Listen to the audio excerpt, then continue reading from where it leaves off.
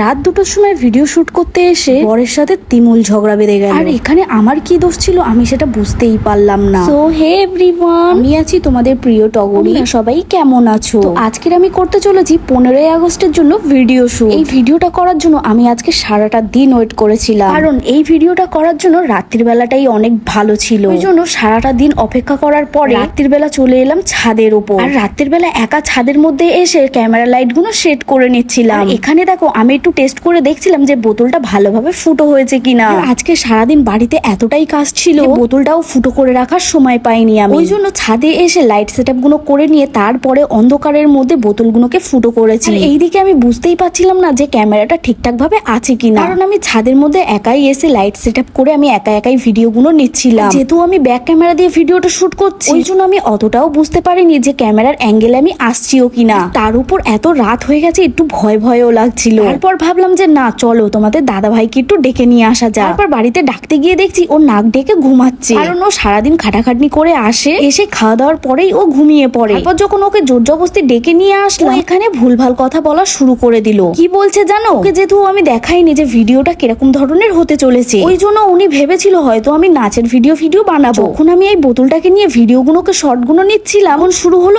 আসল কাণ্ড। বলতে শুরু করে দিল তোমার ভিডিওর মধ্যে কিন্তু বোতলটা চলে আসছে। পাগল এইটুকুও জানে না যে এই বোতলটারই কাজ আজকের ভিডিওতে। তার কিছুক্ষণ পরে বলছে এক সাইড তোমার অন্ধকার আসছে, তুমি এক কাজ করো পেছনের লাইটটাকে নিয়ে সামনে দিয়ে দাও। পাগল তো এইটুকুও বুঝতে পারছে না যে আমি এইটা এরকম ধরনের আজকের ভিডিওটা করতে চলেছি। যেহেতু অনেকটা রাত হয়ে গেছে ওই জন্য ওর কথা শুনে আমারও মাথা প্রচুর গরম হয়ে যাচ্ছিল। তারপর মাথাটাকে বুঝিয়ে শান্ত করে ঠান্ডা করে ভিডিওর শর্ট গুলোকে সব নিয়ে নিলাম। আর প্রায় রাত 3টের সময় ভিডিও কমপ্লিট করেছি আমি। যদি এরকম ধরনের ভিডিও ভালো লাগে অবশ্যই কিন্তু লাইক কমেন্ট ফলো করে দিও। দেখা হচ্ছে পরের ভিডিওতে। টাটা।